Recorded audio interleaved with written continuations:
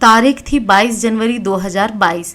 हरियाणा के सोनीपत जिले के गन्नौर थाने में एक 22 साल की लड़की की गुमशुदगी की रिपोर्ट दर्ज करवाई जाती है। रिपोर्ट दर्ज होते ही पूरे पुलिस महकमे में तहलका मच जाता है, क्योंकि गायब होने वाली लड़की ने कुछ समय पहले ही एक प्रतिष्ठित एग्ज़ाम पास करके कनाडा की बड़ी यूनिवर्सिटी में एडमिशन पाते हुए जिले भर में चर्चा बटोरी थी और फिलहाल कनाडा में रहकर पढ़ाई कर रही थी। वो लड़की हाल ही में वापस हरियाणा आई थी। केस दर्ज होने के बाद मामले की जांच के लिए केस क्राइम ब्रांच को सौंप दिया जाता है। महीनों तक जांच चलती रहती है, लेकिन पुलिस के हाथ खाली ही रहते हैं। मगर 9 महीने बाद एक ऐसी सच्चाई से पर्दा उठता है जिसे सुनकर हर किसी के होश उड़ जाते हैं। इस लड़की को प्यार हुआ था, मगर प्यार में उसे धोखा मिला और इस धोखे की इतनी बड़ी कीमत उसे चुकानी पड़ी कि किसी ने कल्पना भी नहीं की थी। पूरी कहानी सुनकर आप भी चौंक जाएंगे और शायद आप भी प्यार करने से पहले 10 बार सोचेंगे। इस घटना को अंजाम देने के पीछे की वजह बहुत ही अजीब थी। तो आखिर क्या है इस घटना की पूरी कहानी? लड़की के साथ क्या कुछ हुआ था और घटना के पीछे की क्या वजह थी? चलिए जानते हैं सब कुछ डिटेल में इस वीडियो में। आप खुद को और अपनों को भी सुरक्षित रख पाएं, इसलिए भी इस केस के बारे में जानना बहुत ज़रूरी है। तो चलिए कहानी शुरू करते हैं। दोस्तों, हम हरियाणा के मशहूर मोनिका केस की बात कर रहे हैं। 22 साल की मोनिका हरियाणा के रोहतक जिले के गांव की रहने वाली थी। बचपन से ही मोनिका पढ़ने में काफ़ी तेज थी, इसलिए परिवार वाले इसे बहुत आगे तक पढ़ाने का फैसला करते हैं। मोनिका भी उनकी उम्मीदों पर खरी उतरती है और लगातार पढ़ाई में बेहतर करती रहती है। एक समय बाद मोनिका कनाडा की एक यूनिवर्सिटी से पढ़ाई करने का फैसला करती है। परिवार वाले भी मोनिका के इस फैसले में उसका साथ देते हैं, मगर समस्या यह थी कि कनाडा जाने से पहले मोनिका को एक एग्ज़ाम क्लियर करना था। इसी एग्ज़ाम की तैयारी के लिए मोनिका अब अपने घर को छोड़कर हरियाणा के सोनीपत जिले के गन्नौर में रहने वाली अपनी मौसी के पास आ जाती है। मौसी के पास आने के पीछे का कारण था कि यहाँ रहकर मोनिका अच्छे से पढ़ाई कर सके। यहाँ रहते हुए मोनिका अच्छे से पढ़ाई करने लगती है, मगर इसी पढ़ाई के दौरान एक दिन उसकी नज़र पड़ोस में रहने वाले एक लड़के से मिलती है। 1 दिन से 2 दिन होते होते आए दिन अब उस लड़के और मोनिका की आंखें चार होने लगती हैं और देखते ही देखते दोनों एक दूसरे को दिल ही दिल पसंद करने लगते हैं। जिसे मोनिका पसंद करने लगी थी उस लड़के का नाम सुनील था। बहुत जल्द मोनिका सुनील के प्यार में पड़ जाती है और दोनों एक दूसरे को दिलो जान से चाहने लगते हैं। इसी बीच मोनिका का एग्ज़ाम भी आता है और वो एग्ज़ाम पास करते हुए कनाडा जाने के लिए एलिजिबल हो जाती है।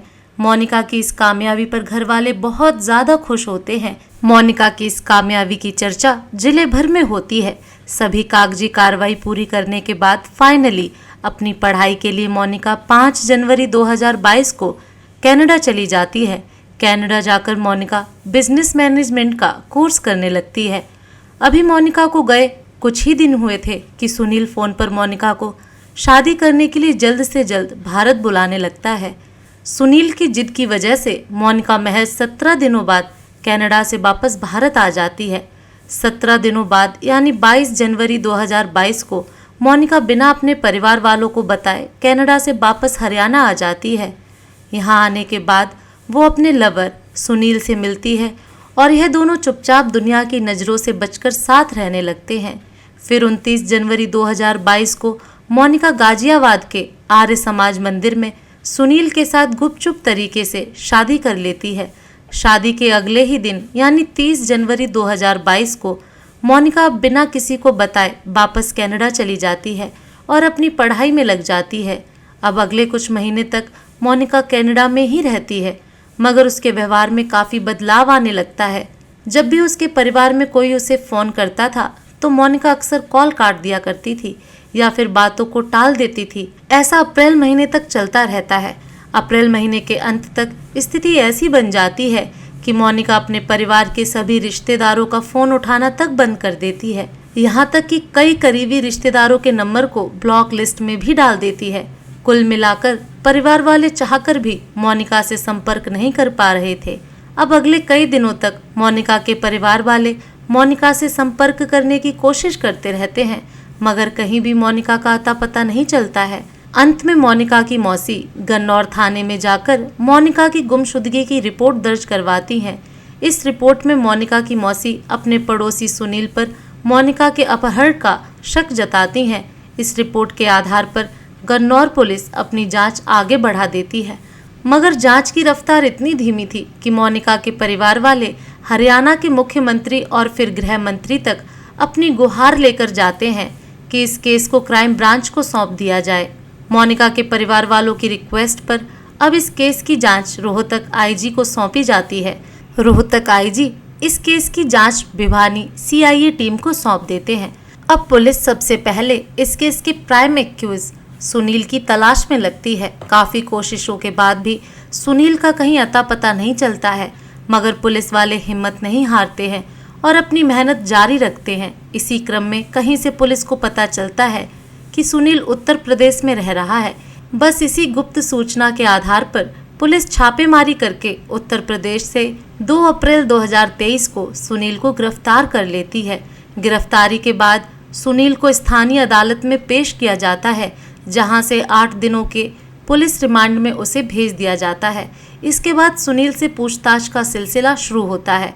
शुरू में सुनील पुलिस के सभी आरोपों को निराधार बताता है और खुद को बेगुनाह बताते हुए कहता है कि मोनिका के परिवार वाले उसे फंसा रहे हैं, मगर पुलिस सुनील की मीठी बातों में आने की बजाय अपने अंदाज में पूछताछ शुरू करती है। पुलिस की सख्ती के आगे सुनील की सारी चालाकी फेल होने लगती हैं और फिर एक हैरान कर देने वाली सच्चाई से पर्दा उठता है। सुनील बताता है कि मोनिका से उसकी पहली मुलाकात तब हुई थी जब मोनिका अपनी मौसी के यहाँ पढ़ने के लिए आई थी। तब सुनील मोनिका की मौसी के यहाँ से दूध लेने आया जाया करता था। मोनिका की मौसी मोनिका की मुलाकात सुनील से करवाती हैं और दोनों एक दूसरे को भाई बहन मानने लगते हैं। यहाँ तक कि रक्षाबंधन के मौके पर मोनिका सुनील को राखी भी बांधती है, मगर दोनों राखी की कसम को लंबे समय तक निभा नहीं पाते हैं और पवित्र रिश्ते को दागदार करते हुए एक दूसरे के प्रेम में पड़ जाते हैं और चुपचाप शादी करने तक का फैसला कर लेते हैं। सुनील पुलिस पूछताछ में खुलासा करता है कि मोनिका से शादी करने के 4 महीने बाद यानी अप्रैल महीने में एक बार फिर से उसे जबरदस्ती कनाडा से बुला लेता है और साथ में ही रहने लगता है। इस बात की जानकारी मोनिका अपने परिवार वालों को नहीं देती है। यही वजह थी कि मोनिका ने अपने परिवार वालों से फ़ोन पर बात करना अवॉइड करना शुरू कर दिया था और कई करीबी रिश्तेदारों को ब्लॉक भी कर दिया था। सुनील के खुलासे के मुताबिक सुनील और मोनिका दुनिया की नज़रों से बचकर अगले कई महीनों तक साथ रहते हैं और समय समय पर ठिकाना बदलते रहते हैं। शुरू में तो इन दोनों में बहुत ज़्यादा प्यार रहता है, मगर समय के साथ रिश्तों में कड़वाहट शुरू होने लगती है और यह कड़वाहट इतनी बढ़ जाती है कि अब हर पल इन दोनों में झगड़े होने लगते हैं। इन्हीं झगड़ों के बीच किसी तरह दोनों साथ रह रहे थे, मगर 29 जून 2022 को जब सुनील मोनिका को लेकर अपनी गाड़ी से झंझारा स्थित फार्म हाउस की तरफ जा रहा था, तभी कार में ही इन दोनों की इतनी ज़्यादा अनबन हो जाती है कि सुनील कार में रखा अपना पिस्टल निकालता है और एक सुनसान जगह पर गाड़ी खड़ी करने के बाद 2 गोलियां मोनिका की खोपड़ी में मार देता है। सुनील के बयान के अनुसार गोली मारने के बाद वह लाश को अपनी कार की डिग्गी में डालता है और उसे अच्छे से कवर कर देता है। सुनील को समझ नहीं आ रहा था कि इस लाश को कहाँ ठिकाने लगाया जाए, इसलिए वो अगला कदम उठाने से पहले लाश को इसी तरह कार में छुपाकर अपने फार्म हाउस चला जाता है और कार को पार्किंग में खड़ी करने के बाद अच्छे से उसे कवर कर देता है। वो लाश को ठिकाने लगाने की प्लानिंग पर काम करने लगता है। इसी दौरान उसे ख्याल आता है कि क्यों ना लाश को इसी फार्म हाउस में दफना दिया जाए। इसी के बाद अगली सुबह सुनील अपने घर पर कुछ मजदूरों को बुलाता है और घर के अंदर लगभग एक 10 फीट गहरा गड्ढा खुदवाता है। मजदूर जब इस गड्ढे खोदने के उद्देश्य के बारे में पूछते हैं तो सुनील उन्हें बातों में उलझाकर बस गड्ढा खोदकर जाने के लिए कह देता है। मजदूर ऐसा ही करते हैं। मजदूर के चले जाने के बाद सुनील बड़ी सावधानी से कार से शव को उतारता है और गड्ढे में दफना देता है। सुनील ने इस अपराध को इतनी सफाई से अंजाम दिया था कि किसी को उसके गुनाह की भनक तक नहीं लगती है और वह अगले कई महीनों तक अपनी जिंदगी जीता रहता है। सुनील के इस खुलासे से सभी हैरान रह जाते हैं और फिर उसी के निशानदेही पर भिवानी क्राइम ब्रांच की टीम सुनील के फार्म हाउस पर छापा मारती है और मजदूरों की मदद से गड्ढा खुदवाया जाता है। लगभग 10 फीट की खुदाई के बाद पुलिस मोनिका के कंकाल को बरामद भी कर लेती है। उस कंकाल को फॉरेंसिक लैब में जांच के लिए भेज दिया जाता है। पुलिस जांच में एक और हैरान कर देने वाला खुलासा यह होता है कि 22 साल की मोनिका जो 37 साल के सुनील के प्यार में पागल हुई पड़ी थी, वो सुनील पहले से ही शादीशुदा था। उसके 2 बच्चे भी थे। सुनील के खुलासे के बाद उसे जेल भेज दिया जाता है, जबकि पुलिस और पुख्ता सबूत जुटाने में लग जाती है। इसी क्रम में कुछ महीनों की मेहनत के बाद सुनील की निशानदेही पर वो पिस्टल भी बरामद कर लेती है, जिसका इस्तेमाल मोनिका की हत्या में किया गया था। इतना ही नहीं, फॉरेंसिक लैब की जांच में खुलासा होता है कि उसी पिस्तौल से चली गोली अभी भी मोनिका की खोपड़ी में फंसी हुई थी। अब लोगों के जहन में एक सवाल आने लगता है कि जब सुनील मोनिका से इतना प्यार करता था, तो आखिर ऐसी क्या बात हो गई कि सुनील ने मोनिका की जान ले ली।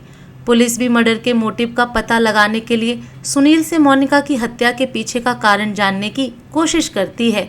इस पर सुनील खुलासा करते हुए कहता है कि दरअसल वो अपनी शादीशुदा जिंदगी से खुश नहीं था, इसलिए वो किसी भी हाल में कनाडा जाना चाहता था, मगर काफ़ी कोशिशों के बावजूद कनाडा जाने का रास्ता उसे नज़र नहीं आ रहा था।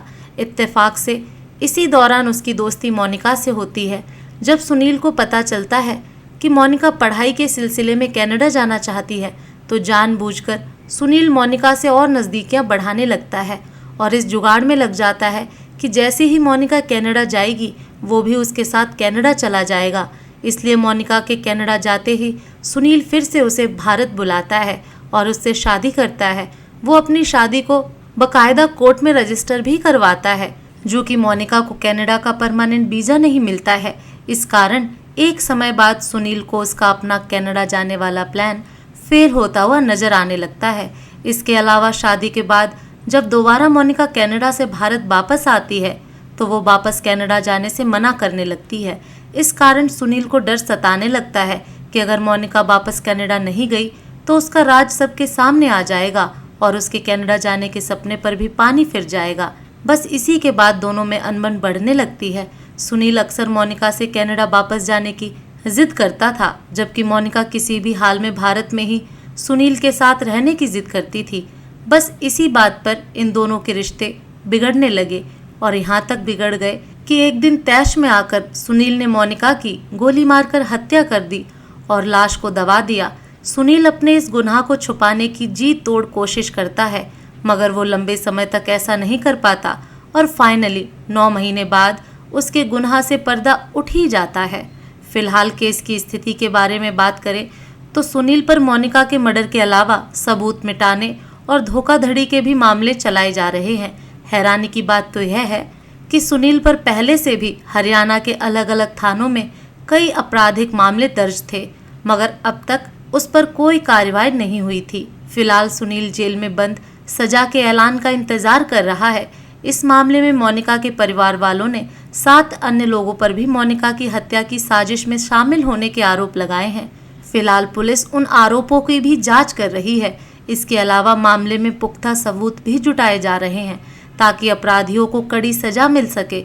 वैसे तो ये अदालत तय करेगी कि सुनील को उसके किए की क्या सजा मिले। फिर भी आपके अनुसार आरोप सिद्ध होने पर सुनील को क्या सजा मिलनी चाहिए, कमेंट बॉक्स में ज़रूर बताएं। क्राइम की दुनिया से जुड़ी ऐसी ही दिल दहला देने वाली कहानियों के लिए हमारे साथ लगातार जुड़े रहें। धन्यवाद।